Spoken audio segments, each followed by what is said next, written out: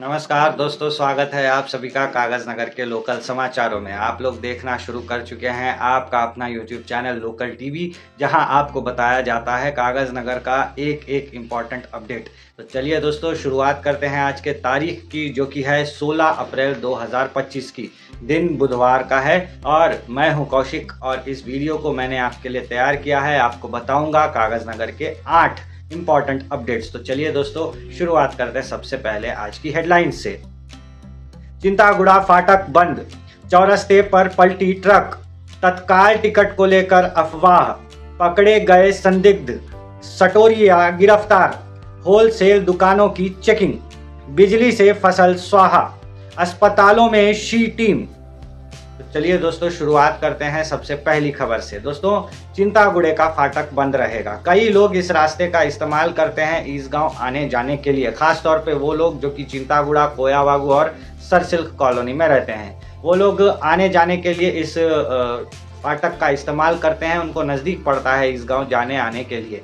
लेकिन ये फाटक अभी बंद रहेगा। कितने दिन के लिए बंद रहेगा? जैसा कि आप तस्वीर में देख सकते हैं, 19 तारीख तक के लिए ये बंद रहने वाला है।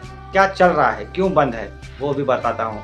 दरअसल दोस्तों, फिटमेंट का काम किया जा रहा है हमारे रेलवे लाइन का। हमारे रेलवे लाइन की जो अभी कैपेसिटी है वो मैक्सिमम 120 किलोमीटर पर आवर की स्पीड कंडक्ट करने के लिए है। मतलब इस ट्रैक से मैक्सिमम ट्रेन 120 की स्पीड पे चलाई जा सकती है, लेकिन अभी इसको अपग्रेड किया जा रहा है 160 के लिए। जी हाँ दोस्तों, अगर ये काम पूरा हो गया तो 120 की जगह हमारे ट्रैक्स की जो कैपेसिटी है वो बढ़ करके 160 हो जाएगी। ऐसे में जितनी भी प्रीमियम गाड़ियां हैं, जैसे कि नागपुर वंदे भारत है, या फिर राजधानी गाड़ियां हैं सिकंदराबाद, मद्रास और बेंगलुरु की, या फिर जो एक्सप्रेस गाड़ियां हैं, उनकी स्पीड बढ़ जाएगी। और 160 तो नहीं, लेकिन मैक्सिमम 140 तक जो है ट्रेनों को चलाया जाएगा। इससे कागज नगर से बल्लारशाह की दूरी जो है मात्र 40 मिनट में कवर की जा सकेगी, और जो मंचिरियाल की दूरी है वो 35 मिनट के अंदर कवर अप की जा सकेगी। तो उम्मीद है ये काम अच्छे से कंप्लीट होगा, जिसके कारण ट्रेन की रफ्तार जो है वो फटाफट बढ़ाई जा सकेगी। अभी बल्लारशाह जाने के लिए 45 मिनट का समय लगता है और मंचिरियाल जाने के लिए करीब 50 मिनट का समय लगता है। अब बढ़ते हैं दोस्तों अगली खबर की ओर, जो कि आ रही है चौरस्ते से जुड़ी हुई। अब सरसिल्क की जैसे मैंने बात की, सरसिल्क के जो मेन चौराहा है, जहाँ पे पहले सरसिल्क का गेट हुआ करता था, वहाँ पे नज़दीक में उस चौरस्ते के ऊपर में अचानक से एक ट्रक, पूरे का पूरा ट्रक पलट गया है। ये दरअसल 2 दिन पहले पलटा था, लेकिन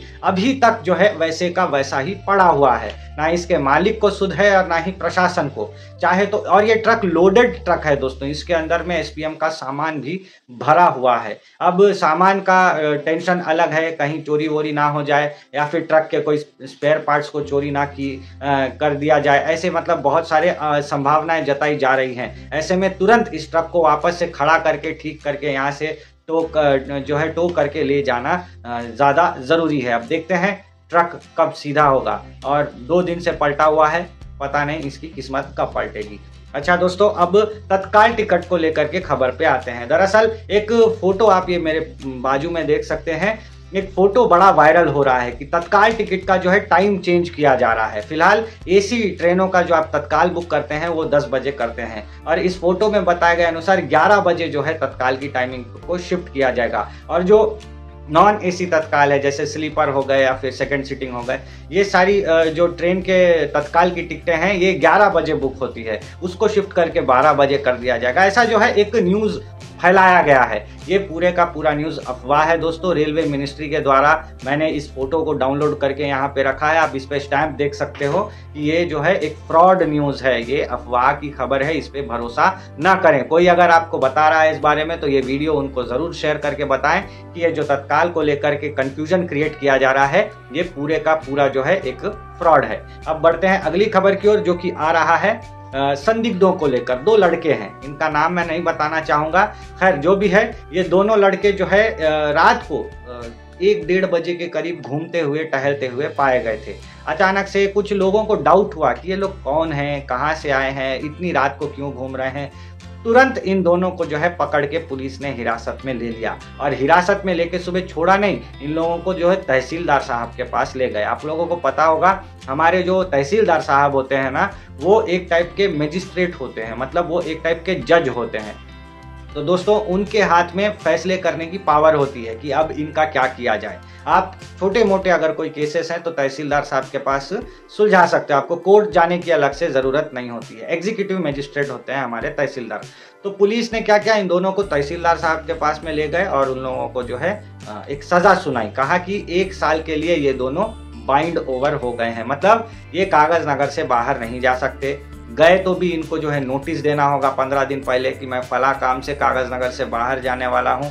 और अगर ये 1 साल के लिए बाइंड ओवर नहीं रहना चाहते तो इनको 10 लाख रुपए का जुर्माना देना होगा। दरअसल 30 एक्ट लागू है हमारे पूरे तेलंगाना स्टेट में, हमारे कोमरम भीम जिले में। और हमारा ये जो एरिया है ये थोड़ा सा मतलब डेंजर एरिया है, बॉर्डर के नज़दीक में है, नक्सल प्रभावित इलाका है। ऐसे में यहाँ पे रात बेरात बेवजह घूमना जो है ये एक गैर कानूनी जुर्म है। अगर आप भी ऐसे गैर कानूनी रूप से रात बेरात घूमते हुए पाए गए तो आपको भी जो है दोस्तों पकड़कर यही सजा सुना दी जाएगी। तो कोई जेन्युइन अगर कारण है, ट्रेन पकड़ने जाना है या बस से उतर के आ रहे हैं, ऐसा कुछ अगर कुछ रीजन है या इमरजेंसी है, आपको मेडिकल के लिए कहीं जाना है, तो ही आप जो है मतलब बाहर निकल सकते हो। नहीं ऐसा मूड आ गया चल दिए घूम लेंगे कागज नगर का राउंड मार ले, ऐसा मत किया कीजिए। और हाँ, अगर आप लोग ट्रेन पकड़ने जा रहे हो या ट्रेन से उतर रहे हो, बस पकड़ने जा रहे हो या बस से उतर रहे हो, तो याद रखिए अपनी टिकट को फेंकिएगा मत। जब तक आप घर नहीं पहुंच जाते तब तक अपनी यात्रा की हुई टिकट को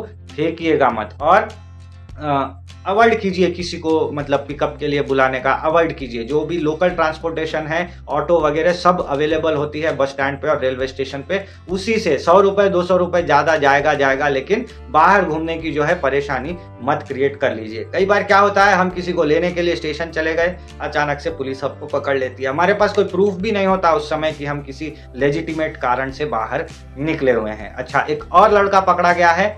इस लड़के को जो है सट्टा खेलने के आरोप में पुलिस ने धर लिया है। बताया जा रहा है कि ये ऑनलाइन में मटका ऐप से जो है सट्टा खेल रहा था और करीब इसके पास से कुछ 1-1.5 हजार कैश और एक आईफोन जब्त हुआ है, जिससे कि ये सट्टा खेल रहा था। अब सट्टा तो हमारे यहाँ बैन है, आप सभी को पता ही है।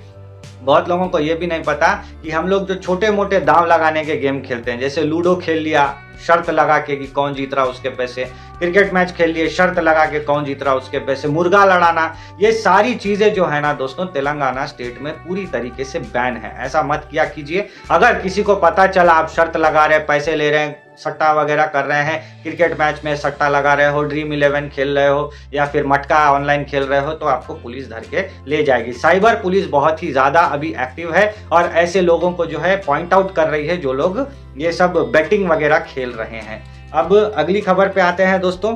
ये है हमारे बागपुर के जो रविंद्र नगर बंगाली कैंप की ये जो है खबर है। वासुदेव फूड इंस्पेक्टर जो है हमारे, वो दौरे पे निकले हुए थे वासुदेव साहब, और उन्होंने किरानों में जो है चेकिंग की है। होलसेल किरानों में इन्होंने ज्यादा चेकिंग की है और उनका इस बार का एजेंडा है कि कहीं कोई एक्सपायर्ड प्रोडक्ट तो नहीं बेच रहा। दरअसल होलसेल की दुकान में क्या होता है, एक बार में बल्क क्वांटिटी निकल जाती है, एक आधा पैकेट ऐसे हो सकता है जिसका एक्सपायर हुआ होगा डेट।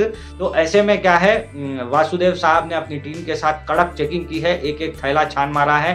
किसी दुकान में अगर एक्सपायर हुआ गया प्रोडक्ट मिला तो फिर उसको जो है भारी भरकम जुर्माना देना पड़ेगा या फिर उसकी दुकान बंद भी हो सकती है और उनको बैन भी किया जा सकता है दुकान लगाने से। तो बंगाली कैंप जो रविंद्र नगर है बागपुर का, वहां पे ये घटना घटी है और ऐसा ही उम्मीद किया जा रहा है कि आगे चल करके कागज नगर में या फिर सिरपुर टाउन में, कौटाला में, ये सब जगह पे भी जो है चेकिंग हो सकती है। तो आप लोग अगर होलसेल का कारोबार करते हैं, खाने पीने का अगर आप लोग कारोबार करते हैं, तो फिर आप लोग थोड़ा सा सजग रहिए और कोशिश कीजिए कि मतलब अपने नॉर्म्स को, अपने जो रूल्स है उसको स्ट्रिक्ट बना के चलने की। अब बिजली गिरने की खबर पे आते हैं दोस्तों। ये जो रविंद्र नगर बागपुर का, उसी के पास में एक जो है फसल को नुकसान हुआ है। दरअसल एक किसान ने क्या किया था, बुआई कट करके जो है अपनी धान की खेती है वो रखी हुई थी और उस धान को जो है प्रोसेस करके चावल बनाने के लिए उसने रख दिया था खुले में। अचानक कल जो आपने देखा खूब हवा चली शाम के टाइम पे अचानक से,